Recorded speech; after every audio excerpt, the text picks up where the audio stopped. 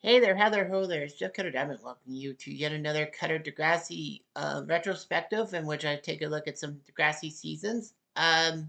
Just to let you know that, I started this whole series way back when. I don't know how many weeks ago, like maybe a month and a half ago. I can't remember. Because I've talked about the kids at Degrassi Street because I had never made a video about kids at Degrassi Street.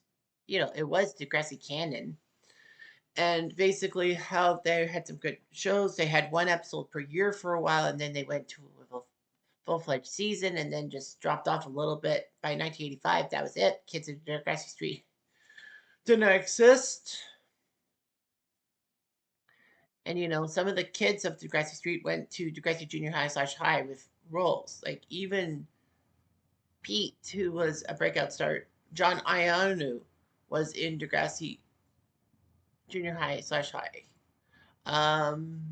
The girl who played Rachel was on that show, and also Stacey Matician, who played Lisa in the original series, went to Caitlin for Degrassi Junior High and High. I talked about Degrassi Junior High and their seasons. I talked about Degrassi High and their seasons. I talked about Degrassi's next gen from 1, 2, 3, 4, 5, 6, 7, and 8. Just basically 2 seasons per video. Today we're going to be talking about seasons 9 and 10. Hopefully I go quickly through season 10 because there was a massive change. So season 9 for everyone started on October 4th, 2009 and concluded in July 2010. 23 episodes, 19 episodes, and a 4-part movie. So it was a semi-floating timeline. This was the spring semester. Dealing with drug abuse, sexting, sexual transmitted diseases, sexual identity, homosexuality, crime, sex, and relationships. And then, of course, the final 4 episode was Degrassi Takes Manhattan. So anyway, yeah, it was a weird reception and all that. Anyway, by Canadian standards, just can't get enough. Was the 2-parter that started October 2009, started season 9. Mia is offered a modeling contract in Paris. Peter wants to go with her, but doesn't fit into a sophisticated world. And basically, he was frustrated, insecure, and all that. So he takes drugs to please Mia's crowd and all that and try to fit in. Unfortunately, though, for Peter, he fails miserably, and everyone mocks him for his 48-hour drug addiction and basically getting help. I mean, Peter did the right thing by talking to Hatzilakos, and Hatzilakos agreed that Peter needed help because Peter was living by himself. He was emancipated from his parents. He couldn't live without them. I mean, Hatzilakos was in Regina due with her sick mother, and Peter's dad didn't want Peter in his life. So thus, Peter had troubles. So Hatzilakos comes back and basically takes over for the Shep. Mia goes to Paris. We don't know if Izzy's going to Paris with her. But yeah, it's like stressed out. But yeah, Peter did the right thing by talking to Hatzilakos. And it actually got rid of the Shep, although there were rumors that Kevin Jubenfeld, the guy who played the Shep, didn't want to come back. Truth to Frill comes in. Allie wants a relationship with Johnny DeMarco and tries to spice it up a bit and all that. Close to Me is when Jane loves Spinner, but tries to resist temptation. You Be Illin is when Allie says she's done with Johnny, but she then starts falling for him once again. Wanna Be Starting Something is when Holly, J, and Jane do a babysitting business and all that. Beat It in episode 7 and 8 is when Riley tries to hide his homosexuality, but he fails miserably. So, you know, yeah, he was gay bashing, but he was trying to hide his homosexuality. He tries to make himself straight, mostly for his family, because his family have a Greek background, and Europeans are not really kind to homosexuality. Waiting for a Girl Like You is when Declan sees Holly J and all that. Somebody is when Holly J falls for Declan, but he doesn't feel the same way. Heart Like Mine is the emotional one when Coach Carson wants to make Casey the star on the basketball team. And, Casey feels closer to Jenna than to Claire. He turns to Coach Carson for emotional support, but all he does is actually want to help Casey get Jenna through a party and even a prostitute in a hotel room and all that. It was questionable behavior and all that. And, you know, he even threatens Casey with a gun. Casey brings the gun into the school, but not to shoot anybody, but to show Hatzalakos, Coach Carson's gun. And Coach Carson gets arrested and charged. Holiday Road, the 13th episode, is basically the end of the Emma line, if you will. Um, it's when we find out how bad Emma and Kelly are as a partnership and all that. Season 8, we saw that Emma being with Kelly. It was like weird because, Kelly was interested in Manny, and then Emma swoops in and gets him, thinking that she needs Kelly and all that. Unfortunately, Holiday Road would bring out the worst in Emma because this was when her relationship with Kelly starts to get um, disastrous, and Kelly actually is told by his father that there's a job waiting for him in the Yukon. Kelly, I don't know if Kelly got kicked out of school and all that, but anyway, he tells Emma that Emma needs to tell her parents about her school experiences. Emma tries to hide it and then gets mad at Kelly for taking a burger, so basically, Kelly flees for the Yukon. And then Emma, when she does the bike presentation by herself at the school, she says that college is not the best thing for you because you get lonely, you get secluded, and basically you're chasing friends instead of going to certain classes and all that. So Emma realizes that she has to tell Spike and Snake the truth about her, and she does. She even tells them that she felt alone because Kelly couldn't be in the same dorm as her because Kelly got kicked out because of the pot brownies Emma did. And then Manny went to Hollywood, and Liberty pledged a sorority, which I originally thought was she went to pre-law, but nope, that wasn't it. So Emma was by herself. I mean, the school probably would have added more people to Emma's dorm or forced Emma to move to a new dorm, but Emma just was trying to fix herself. She takes the gap year and then she ends up working at the Dot. Start Me Up is when Peter opens up a club above the Dot to occupy his time and doesn't know what to do. Clara tries to do a short autobiography on herself, but plagiarizes a Declan story because she doesn't want people to know the real her. And this was when Claire was basically kind of the schoolgirl look that her parents wanted her to be because of the whole thing with Darcy. Anyway, Why Can't This Be Love? Episodes 15 and 16 is that Sav finds out that he has a bride to be because he was part of an arranged marriage. Anya doesn't want to be pushed aside for Sav's girlfriend and all that. Johnny tries to win Ellie back by asking her to the formal. And of course, Bruce and Johnny have problems. As Bruce the Moose, this was the last time he was seen in an episode. But yeah, Anya is upset. I mean, she has a point. I mean, Sav is pushing Anya's side, and Anya basically obeys orders. Innocent When You Dream is when Claire becomes obsessed with vampires and all that. In Your Eyes is when Riley finally meets a guy named Zane and wants to be there. And then Claire volunteers to tutor Casey in math, but Jenna ruins everything. Keep on Loving You is when Holly, Jade, and Declan are close to each other. And there are rumors circulating that Declan and Fiona are going to leave Toronto and all that because of finances. And then Degrassi Takes Manhattan happens. The 2 hour season's finale is that it was huge. Spitter and Jane are the it couple, but Jane ends up going to New York alongside Declan, Holly J, and Fiona, and finds a guy in a band and actually cheats on Spinner with this guy, and Spinner is devastated. So much so he tries to get to Jane and try to help the relationship. In the meantime, he puts Emma in charge of the dot and a sandwich maker, even though the Emma is not trained for that stuff.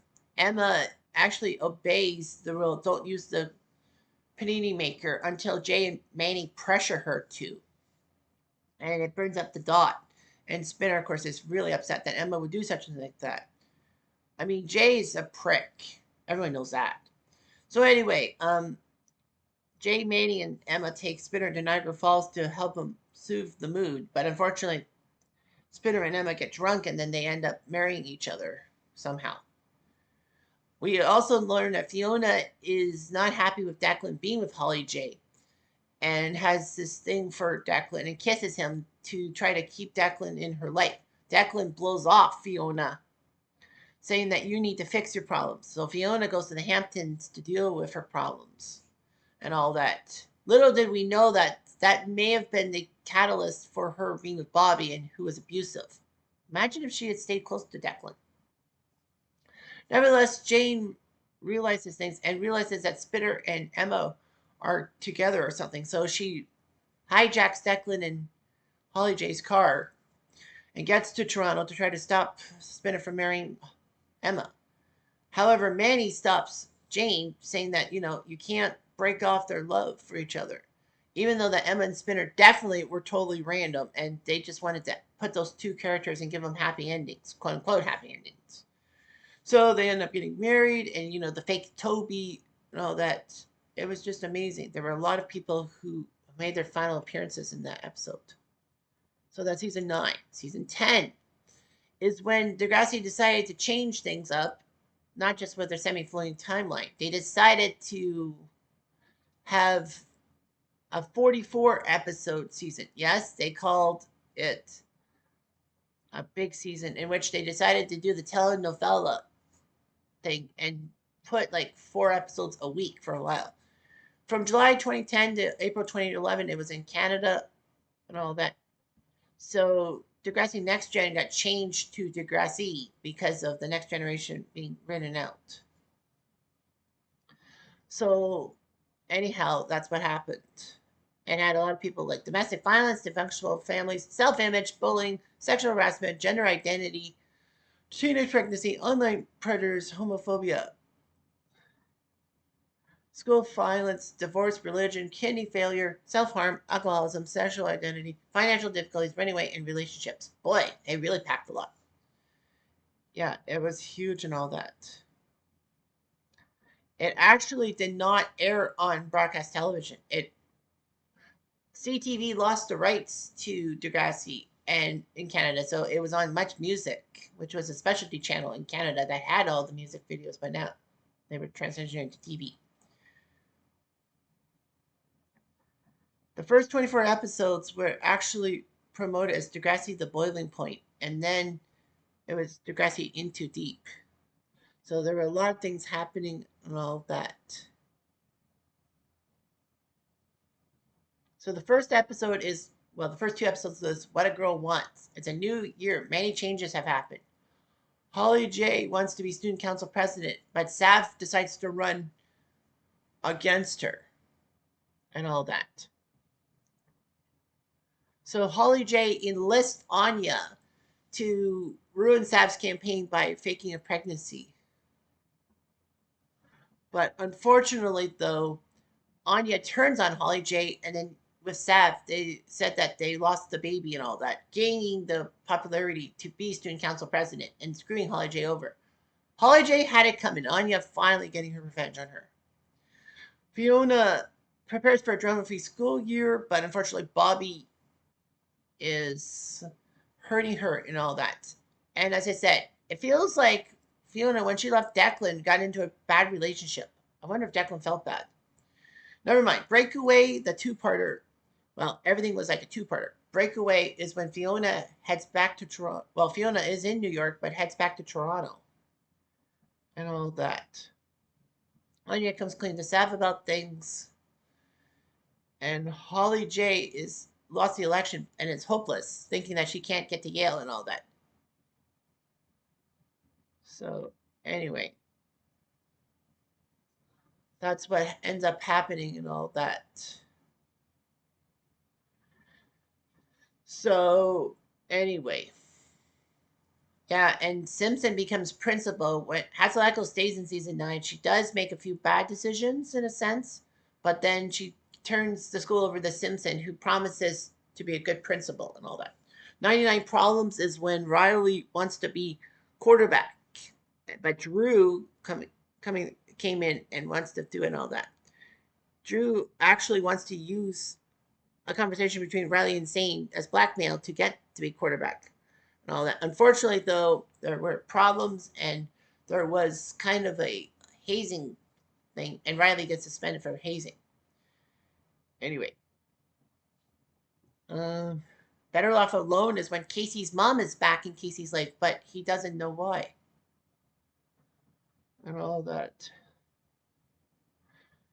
Anyway, Claire actually leads gets into a new writing partner, Eli, who tells her to break out of her shell and express herself and all that. Unfortunately, though, at the same time, Claire realizes that her parents are going through a divorce because, Claire's father kind of cheated on Claire's mother and all that. And Claire doesn't know how to deal with it because, divorce is wrong in Christianity in a sense. I just don't know what to do with myself is when Sav tries to prove to his parents he is responsible enough to go to the concert. He sets up a plan. Unfortunately, though, his parents say no to all that. So Sav decides to break out of his parents' strict rules by having a plan to take his father's truck out to the concert with Adam and Eli. Unfortunately, though, it fails miserably. They go to the concert, they do have fun. I think it was a Kiki Palmer concert. But the problem is that Sav's parents called the cops about the truck, and it basically the truck gets possessed. Sav blows up at his father, but realizes that his dad was just trying to help him out. Try Honesty is when Declan plans a road trip to Yale, but Holly J is still broke because of her parents' financial problems and can't afford it. And there's a lot of relationship problems and all that. Declan actually decides to try to help Holly J with her finances, but she can't see through it. Eli deals with Fitz, who wants Claire as well. You Don't Know My Name is the 13th and 14th when Allie wants to be with Drew and all that. Holly J tries to be platonic with Sav, even though that they're supposed to do all that things. And Connor, actually, this was a major storyline for Connor because he finds someone over the internet during an RPG game and thinks he's in love. Snake is not too happy with Connor wasting his time with these things and tells Connor he can't be on the computer unless it's for schoolwork, and he monitors that and says that Connor will have to have pen and paper and all that. So Connor then sneaks out and finds out that um, it's actually some middle-aged woman who wants to grope Connor. Thankfully, Connor gets out of the situation, tells the cops about the information, tells Snake and Miss O. Snake realizes that he should not have pressured Connor like that. It may have pushed him into it, but Connor understands. And Snake tells him that Wesley and Dave will be there for him. My Body's a Cage was the big one, number 15 and 16, when we find out that Adam wants to be a normal boy in high school. But we find out that Adam is transgender. Adam is a girl named Gracie who turns into a boy. And, you know, it was just shocking. And this was one of the first times a Canadian show, had a transgender person in it. All that. Adam then is pressured to go back to being Gracie thanks to his mom. So he tries to appease everyone by going back to Gracie, but it was a harmful old habit when he starts to cut himself. Well, she cuts himself. And then, of course, everything is just something happening. So, anyway, we soon learn that Yeah, Adam has issues, and Audra, who ends up being Drew's mom, as alongside Adam's mom, and kind of a bitch later on, then realizes that Gracie just doesn't want to be Gracie and wants to be Adam. So Gracie gets one more performance and then turns into Adam, and then Audra finally accepts Adam for who he is. Tears dry on their own is when Allie thinks Jenna is pregnant, but you know, Jenna has problems because both her parents are out of the picture. Her brother is on the road, so she's basically on her own. But Casey realizes it and then tries to help Jenna out. Connor somehow reconnects with his older love. Oh wait, I guess I guess this was the episode when Connor finds out and all that. Huh, that's kind of weird. I guess. Well, never mind. Still fighting it is when Riley tries to fit in with the guys of the football team, but he takes a stand and all that. Eli and Claire has mixed signals with each other. Purple pills is when Fiona is stressed when she has to record her testimony against Bobby, but self medicates by drinking champagne, which could bring a lot of things into jeopardy and all that. It was a coping mechanism. It could ruin her deposition against Bobby and her exams. All that. Riley wants to make his relationship with Zane actually there. All falls down is when the school plans a Vegas dance and all that, despite it having some issues and it doesn't feel right. However, there were some schools that had Vegas night and it actually brought in a lot of money for charity. So the school approves of it, even though it was just terrible and all of that. So Sav and Holly J have to convince Principal Simpson to ignore the PTA ruling to cancel the Vegas night dance because of the whole situation and all that.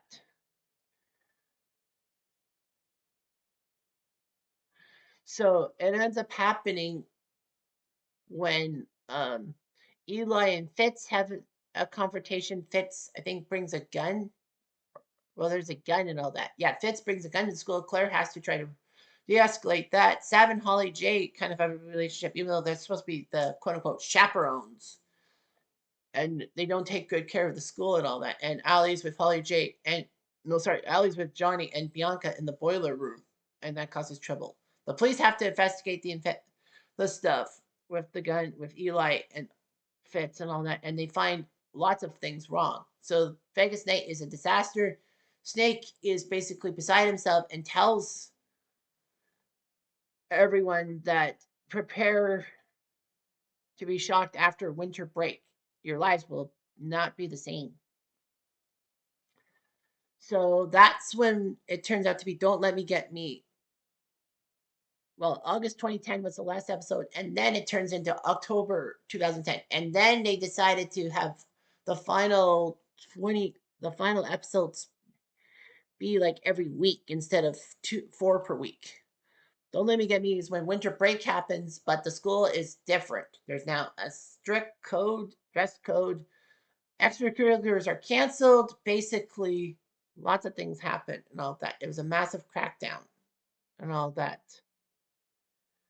Um, and Jenna is told to tell a sad tale to win votes for the next Teen Star because there are many girls like her that end up, having tragic backstories, like their mom or dad are dead and cancer and all that. So Jenna is told to tell her that she was pregnant and all that. That actually bites her in the butt. She gets eliminated, and she figures that was probably the straw that broke her back.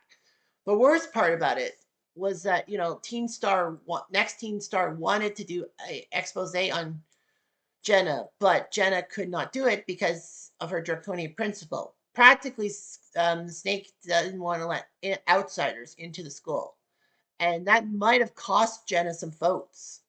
I don't think it completely was the reason why Jenna got kicked off, but Simpson kind of had something to do with it. Ali, unfortunately, has problems because of her thing with Bianca and the boiler room, and her parents finally find out, and then put into some stupid sensitivity thing that Audra sets up for all the girls. Seems like all the girls got to be put into this conference, and yet no guys were there. And it's practically a coping mechanism that Audra only did it because of Drew. Drew was trying to tell Audra that he was the one behind it, but Audra refused to believe it. Love Lockdown is when Declan comes back to Toronto and tries to reclaim Holly J and all that. Claire's parents decide to have the dreaded family talk and tell Claire they're breaking up. Claire tries to use her rebelliousness and her dark boyfriend to bring them back together, but fails. They do tell her it's not her fault. They just drifted apart. All that. Shantae tries to fix the problem with Degrassi and tries to tell Snake that extracurriculars are good for them. So she puts post-it notes on Snake's car and he reacts all Canadian. But Snake does make a compromise with Shantae, saying that if the school keeps doing well in everything, then things will be brought back one by one. Umbrella is when, Claire's parents are divorcing whether she likes it or not. Eli's parents actually offer her to stay there, but she can't figure it out.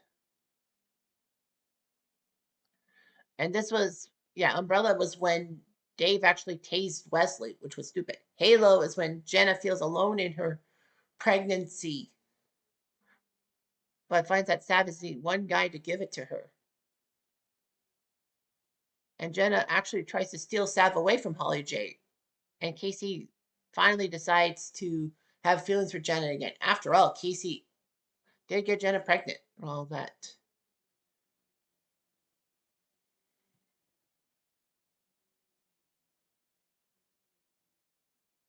So anyway, when love takes over is Sweetheart Week and all that. Anya actually pursues a relationship with her mother's doctor, feeling alone because Sav kind of ruined her and all that. She felt betrayed and all that. So that was just awful and all that. Um, anyway, the way we get by is when Allie is put into an all girls school because Degrassi was making her feel bad about herself. So they enroll her in an all girls school. But unfortunately, Malika, her friend, has bad girl is and frames her for smoking. And basically, Allie's mom believes everyone's testimony except for Allie, putting her at odds with her parents. Jesus, etc., is when Fitz gets released from juvie and wants to apologize to Claire and Eli because he found religion and all that. So anyway, um, Casey and Jenna want to deal with babies and all that. So they babysit a 6-year-old to test their parenting readiness. However, they learn that the 6-year-old is basically being coddled by his mother, who was actually um, the Lamaze instructor, I believe, if I'm right. That basically Caleb is not allowed to have certain foods and, a lot of things that, people are like, let him be a kid and all that. So, anyways, Allie actually runs away, realizing that her parents refuse to believe anything she says. And basically, Sav gets off almost scot free for everything. Sav yells at Allie, but then he soon learns that Allie may have been right, that basically her parents are treating her terribly. Unfortunately, it does speak to the Muslim faith that, they favor men over women. So that's kind of the afterthought and all that. Because, yeah, you can see it in most religions that, the guys do all the things and the women are expected to do all the work, which is plain bullshit, if you ask me. Hide and seek is when Holly J starts to have problems with herself and tries to fix the problem. Unfortunately, though, um, it starts to really get bad on herself. Ali hides in Toronto at Toronto University with Johnny from her parents and all that, and wants to run away to Vancouver and all that. But then Ali realizes she can't survive on her own. Sav's parents freak and basically tell Sav that you'll understand when you have teenagers how hard it is to maintain things. Johnny then tells Ali that she can't run away from her problems because Johnny realized the story that he was an accomplice to Drake Lampley when he stabbed JT in what he called a stupid school rivalry and all that. And he had to hide his problems and all that. He tried to fix himself, realizing he couldn't be the guy he was. So then Ali goes back home. Fortunately, her parents are understanding. They go to family counseling. They take a picture and all that. Um, Chasing Pavements is when Fiona finally completes inpatient rehab. She's back, strong in control, but Bobby and her court trial could cause a lot of problems and all that. Ali comes back to Degrassi and prepares for a math exam and all that. And Simpson says that if the 10th grade class gets great on the math exam, the school dance will happen and all that. So anyway, Claire and Eli's relationship is on thin ice. They go to the dance and all that, and Jenna ends up going to labor at the dance, and Casey parties with his friends at his apartment. So yeah. Anyway, just shocking and all that. How season 10 just ended up being like, well, season 10. So that was basically seasons 9 and 10 in a nutshell. And I actually did it in a faster time than I thought. Pretty good, huh? But yeah, so 9 and 10 are done, and we will be going to 11 and 12. Trust me, it'll get a lot darker. And kind of a footnote, because in a recent Degrassi Reddit post, they read about, Snake in season 10 saying that this school will never be the same again. It actually was theorized by many people that when Snake said that, Degrassi's tone changed. Degrassi was still lighthearted, but it wasn't as lighthearted as the first 9+ seasons were. Basically, they went into massive topics. They just went there more so than the previous 10 seasons. And of course, that led to next class that really went there with the shit. So yeah, so basically I knew Degrassi World Order was going to be brought in. DWO. Anyway, I'm jumped. I'm going to do.